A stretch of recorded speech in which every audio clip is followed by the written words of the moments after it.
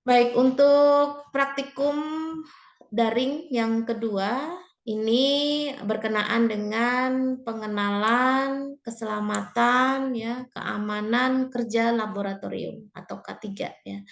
Jadi dalam hal ini kalian harus memahami dulu ya berkenaan dengan apa-apa saja yang tidak diperbolehkan pada saat praktikum ya, karena ini demi keselamatan bersama ya.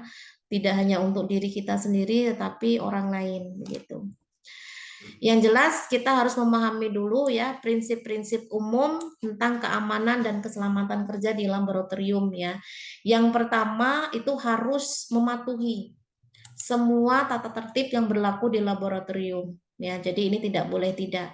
Kemudian digunakan alat pelindung diri atau APD ya, jangan sampai diabaikan. Kemudian patuhi prosedur operasional standar atau SOP ya, instruksi penggunaan alat laboratorium itu juga diperhatikan. Kemudian kenali bahan-bahan kimia yang digunakan ya, memperhatikan manualnya seperti apa atau kita sebut sebagai MSDS ya. Petunjuk penggunaannya bagaimana ya, kemudian menghindari risiko-risiko bahaya yang itu berkenaan dengan bahan-bahan yang bersifat toksik ya, mudah terbakar, mudah apapun yang bisa menimbulkan risiko ya untuk keselamatan. Kemudian perhatikan prosedur praktikum. Jadi jangan sampai nanti salah memberikan bahan, salah mengambil bahan ya. Nah, ini yang akan menimbulkan hal-hal yang tidak diinginkan ya. Kemudian gunakan bahan itu dengan baik ya, sesuai dengan takaran, sesuai dengan yang dituliskan di prosedur ya, dan harus dilakukan secara hati-hati. Ini prinsip-prinsip dasar ya pada saat kalian berada di lab. Tentunya ini tidak hanya untuk praktikum biokimia, tapi semua praktikum yang menggunakan alat dan bahan di laboratorium ya. Kemudian alat pelindung diri. Nah, ini yang tidak boleh disepelekan, tidak boleh diabaikan ya. Yang pertama adalah jas laboratorium atau jas lab ya kita sebutnya. Ini harus digunakan selalu pada saat praktikum dan harus dilepas ketika di luar praktikum ya. Jadi hanya diperkenakan pada saat di lab saja. Kalau sudah selesai, sudah pulang itu harus dilepas ya. Jadi tidak boleh tetap dipakai. Nah, di sini ada petunjuk ya, ini silang, ini berarti salah, ini yang benar ya. Silang ini salah, tentu kalian sudah tahu ya alasannya apa. Alasannya meskipun sama-sama pakai jas lab, satunya kancingnya terbuka, satunya kancingnya tertutup. Tentu tidak disarankan atau tidak direkomendasikan untuk penggunaan jas lab yang terbuka seperti ini atau hanya seperti gaya-gayaan gitu ya, tidak boleh karena yang pada utamanya adalah jas lab itu merupakan bagian dari APD ya sebagai alat pelindung diri, bukan sebagai gaya-gayaan gitu ya. Kemudian kacamata laboratorium ini ya, jadi ini hal-hal tertentu yang memang harus digunakan, misalkan kita berhadapan dengan bahan kimia yang bikin mata pedih ya atau berisiko kalau nyiprat ya bahasanya ya mengenai mata kita gitu jadi menyebabkan iritasi atau mungkin yang lainnya, makanya amannya menggunakan kacamata laboratorium ya. Kemudian masker medis ya, bukan masker kain atau masker-masker yang tidak sesuai dengan apa ketentuan ya, yang itu ada apa namanya lapisannya untuk melindungi ya dari molekul-molekul yang memungkinkan bisa masuk ya atau pada saat kita terciprat oleh apa namanya bahan-bahan kimia yang ada di lab ya. Kemudian sarung tangan atau handscoon ini pun juga harus sesuai ya, bukan handscoon, bukan sarung tangan seperti kita naik motor gitu ya. Ini yang memang dari latex atau dari karet itu pun sudah ada ketentuan ya khusus untuk laboratorium yang memang ini berkenaan dengan bahan-bahan kimia ya.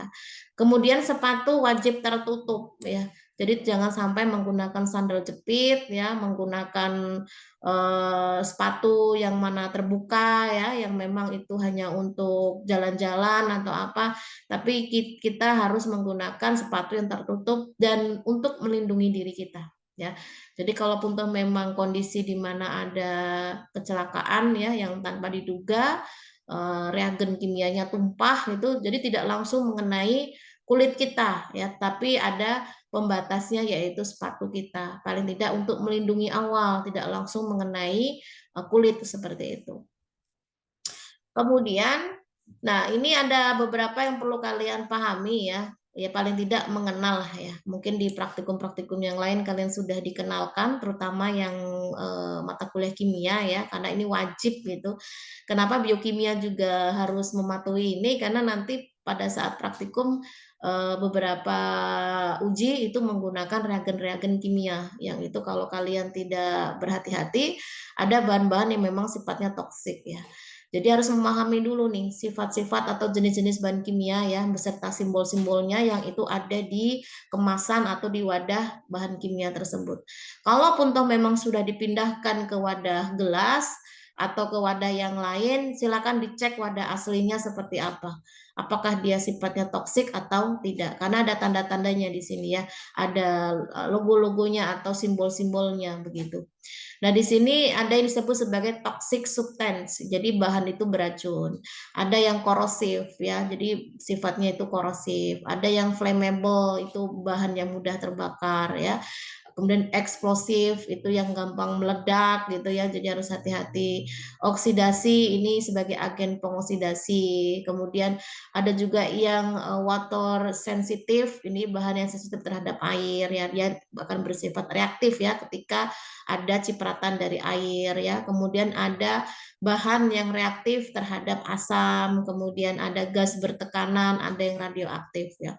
Ya alhamdulillahnya untuk sejauh ini di lab kita belum atau jangan lah ya kejadian hal-hal yang tidak diinginkan karena memang kita harus menerapkan K3 ini secara seksama ya. Jadi jangan sembarangan, jangan asal pegang, asal cium, asal ya semuanya serba asal itu jangan pokoknya. Jadi harus berhati-hati ya. Mencium mencium larutan pun tidak boleh langsung dihirup, tapi cukup dikibas-kibaskan dulu ya. Jadi ini tuh apa? Ya, kalian mikirnya Aquades, ternyata larutan yang lain ya itu sifatnya toksik gitu ya. Apalagi yang memang apa tingkat keasamannya sangat tinggi. Nah, itu kan sama-sama kayak Aquades tuh dari jauh. Kemudian kalian langsung hirup, waduh, itu langsung masuk ke dalam tubuh kita, akhirnya bisa menimbulkan hal-hal yang tidak diinginkan ya. Kemudian hal-hal apa saja yang perlu diperhatikan ya pada saat penggunaan bahan-bahan kimia di lab ya. Jadi kalau kita tidak sengaja terkena bahan-bahan kimia korosif yang itu mungkin kena kulit, mata, itu harus segera dicuci pakai air ya. Jadi harus lari ke kran ya, kemudian dibiarkan air itu mengenai bagian yang terkena tadi, kemudian lapor ya kepada laboran gitu. Jadi nggak langsung dilap pakai tisu itu enggak, jadi langsung dialirkan ke air ya. Kemudian jangan mencoba mencicipi apapun atau mencium secara langsung. Nah, tadi saya sampaikan ya, kalau sesuatu yang tidak berbahaya sih tidak masalah, tapi kita jaga-jaga. Jangan sampai kebiasaan sembrono kita itu justru malah mencelakai kita ya. Kemudian kita tidak boleh mengambil larutan, memipet itu dengan mulut kita ya. Jadi disedot gitu nggak boleh ya, harus ada alat ukur tersendiri ya di pipet, baik itu pipet manual atau pipet volume ya, itu sudah ada ketentuannya sendiri. Kemudian jangan menggosok-gosok mata ya atau bagian-bagian yang lain kalau kita sudah terkena apa itu namanya larutan kimia ya, karena bisa gatal-gatal. Ya, itu paling resiko paling rendah itu gatal-gatal ya. Yang paling tinggi itu ya itu tadi iritasi, luka dan sebagainya macamnya. Ini tidak boleh dilakukan. Nah, kemudian kalau kita menuangkan bahan-bahan kimia yang memang itu terlalu toksik ya atau keasamannya terlalu tinggi atau asam pekat lah ya, itu tidak boleh di tempat yang memang dilakukan uji ya, harus di tempat yang terbuka ya, nggak boleh di ruangan ya. Kalaupun toh memang ada di lab itu ruang asam ya kita menggunakan ruang asam karena ruang asam ini ada blower aliran udara yang menuju keluar, jadi aroma dan penguapan dari asam yang sangat pekat itu tadi itu langsung keluar ya, tidak merebak kemana-mana. Nah, kemudian kalau untuk proses pengenceran, biasanya pengenceran ini dilakukan dengan air ya. Jadi bukan air yang dimasukkan ke dalam larutan asamnya, tapi asamnya dimasukkan ke dalam air, tidak boleh sebaliknya. Ya, ini ada tata caranya meskipun nanti prosesnya pada intinya sama-sama bercampur, tapi tekniknya ya. Jadi asam pekatnya itu dimasukkan ke dalam air, bukan air dimasukkan ke dalam asam pekatnya. Kemudian kalau kita bekerja dengan api ya, jadi dalam hal ini untuk api yang ada di lab itu mungkin hanya sebatas bunsen saja ya, tapi ini bunsen juga kalau kita tidak hati-hati bisa nyebar kemana-mana gitu ya, terutama memang hal-hal yang mudah terbakar atau senyawa-senyawa organik yang mudah menguap atau volatil. Nah ini harus dihindari ya, jangan sampai terlalu dekat begitu ya. Kemudian kalau sampai api itu bleber ya, artinya nyebar gitu ya, yang itu ada di meja ya jangan langsung panik ya. Biasanya langsung dimatikan dengan lap yang basah. Itulah kenapa kalian harus di kit yang kalian bawa itu harus ada serbet ya, serbet yang bersih tapi ya, yang memang setiap saat kalian bawa. Jadi kalau ada hal yang tidak diinginkan, salah satu fungsinya untuk memadamkan api itu tadi kalau ada hal yang tidak diinginkan ya. Dan itu bisa di gunakan. Nah, kalau memang kondisinya memang fatal ya, ini nauzubillah min dzalik jangan sampai terjadi ya. Biasanya ini ada alat khusus ya untuk mematikan atau memadamkan atau biasanya langsung mencari kran ya, langsung disiramkan seperti itu. Karena lab kita belum ada yang otomatis di atap ya, jadi kalau ada suhu panas itu langsung airnya keluar ya, kita belum ada seperti itu, jadi harus berhati-hati ya. Dan kita harus menyediakan segala sesuatunya agar cepat penanganannya, agar tidak meluas kemana-mana ya. Nah, kemudian kalau untuk peralatan gelas, ini pada intinya karena gelas itu mudah sekali pecah ya, jadi harus hati-hati.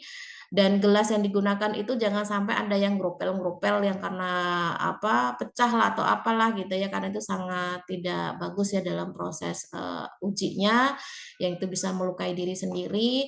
Jadi yang memang ujung gelasnya itu tumpul. Jadi jangan menggunakan ujung gelas yang sudah pecah gitu ya, itu segera disingkirkan dan lain-lain ya nanti bisa dibaca sendiri. Nah, kemudian kalau yang bekerja dengan bahan biologis ya, ini kan kaitannya dengan apa? Laboratorium yang memang menggunakan bahan-bahan yang sifatnya toksik, yang itu bersifat patogen ya. Tapi kita upayakan sih kalau di lab kita bahan-bahan yang kita gunakan masih ramah lingkungan, artinya bukan bahan-bahan yang itu dari sampel pasien yang menderita ini itu tidak ya, kita belum berani ke arah sana. Jadi makanya nanti kalau untuk praktikum biokimia kan bahan-bahannya sangat ramah-ramah lingkungan semua ya, buah-buahan, makanan gitu ya, bukan yang dari sampel pasien yang menderita ini, menderita itu enggak ya, karena kita belum ada kesiapan ya terkait sampel-sampel yang patogen seperti itu. Tapi tetap harus menerapkan APD yang lengkap meskipun kita tahu sampel yang kita gunakan aman. Tapi paling tidak itu menjadi prosedur atau SOP yang harus dilaksanakan ya, menggunakan APD lengkap, menjaga lingkungan laboratorium ya, kemudian mensterilisasi ya dan lain-lain yang memang itu harus diperhatikan ya. Oke. Nah, itu ya menjadi dasar pengarahan kita untuk K3 ya. Harapannya kalian bisa memahami. Saya yakin ini bukan hal yang pertama kalian peroleh ilmunya ya, di materi yang lain sudah menyampaikan. Jadi jaga betul kondisi yang ada di lab, jangan sampai kita saling memberikan kerugian ya, artinya menjaga itu untuk kebaikan bersama, baik untuk diri kita sendiri maupun untuk orang lain ya. Ini semoga dapat dipahami. Kemudian mungkin saya langsung lanjut ya, karena waktunya sudah mau habis. Untuk yang persiapan praktikum yang akan datang ya, atau pekan depan ya, ini bisa disiapkan dari sekarang, karena waktu 1 pekan itu harapannya cukup ya untuk kalian menyiapkan apa-apa yang nanti akan dibutuhkan pada saat praktikum. Meskipun nanti dari saya memberikan modul ya, yang mana itu nanti berkenaan dengan prosedur, tapi dalam hal ini kalian harus menyiapkan terlebih dahulu ya, supaya kalian belajar untuk mencari apa-apa saja yang akan dilakukan pada saat praktikum nanti ya. Di mana pekan yang pertama itu kita akan melakukan praktikum dengan judul uji karbohidrat ya. Di mana nanti secara teknisnya kita akan melakukan uji karbohidrat terhadap beberapa sampel. Di sini sampelnya saya ambil bukan yang toksik ya, bukan yang patogen, tetapi dari bahan alam. Nanti akan saya infokan apa saja yang bisa disiapkan ya. Bisa dari buah-buahan atau yang mana, karena kita pengen tahu kandungan dari sampel tersebut apakah ada karbohidrat atau tidak ya. Yang pertama adalah uji Molis, uji Benedik, uji Seliwanov, ya, uji Fehling, dan uji yodium. Ini adalah uji-uji yang harus kalian persiapkan. Bagaimana caranya? Ya, jadi silahkan kalian membuat prosedur kerja berkenaan dengan semua uji tadi itu ya, yang itu dilakukan pada saat praktikum yang akan datang. Ya, jadi formatnya yang pertama kalian tulis nama ujinya apa, misalkan uji Benedik gitu ya. Kemudian kalian cari pengertian dari uji Benedik itu apa. Ya. Kemudian prosedurnya bagaimana. Nah, di sini pengertian ini maksudnya merujuk pada tujuan ya. Jadi saya tambahkan pengertian dan tujuan. Jadi pengertian dan tujuan dari uji tersebut itu apa, lalu kalian tuliskan prosedur pengujiannya bagaimana. Nah, dalam hal ini prosedur pengujiannya dalam bentuk skema atau diagram alir. Bukan dalam bentuk paragraf yang itu tulisan dari awal sampai akhir. Kalian buat skema-skema, ada kotak-kotaknya, kemana-kemana, habis ini kemana, habis ini kemana gitu ya. Jadi dalam hal ini kalian harus bisa memahami suatu prosedur. Nah, kemudian setiap ini dilakukan untuk semua uji ya, masing-masing uji.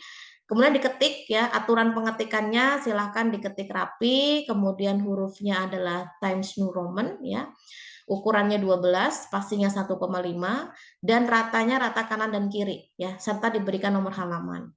Kenapa saya menentukan format ini? Agar kalian terbiasa menulis dengan cara yang baik, tidak sembarangan ya, karena agar mudah dibaca dan mudah dipelajari.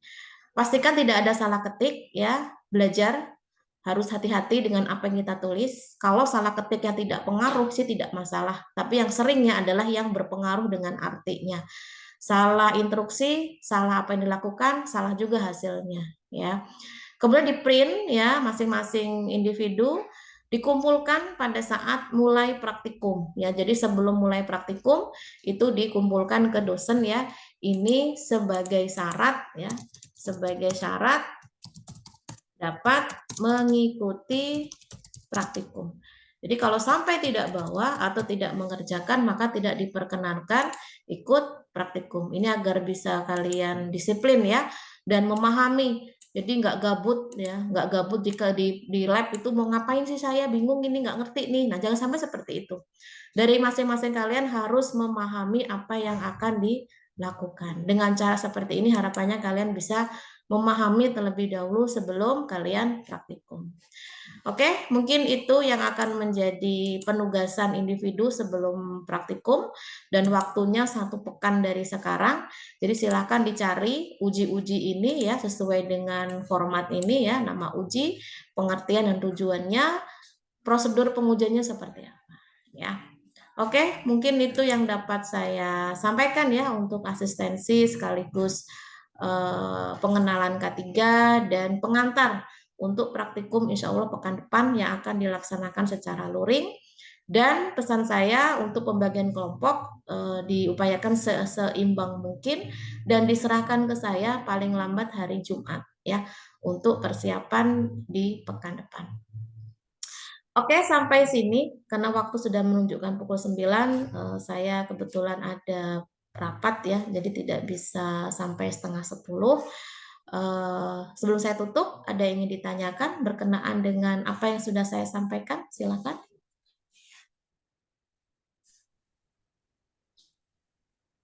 Cukup?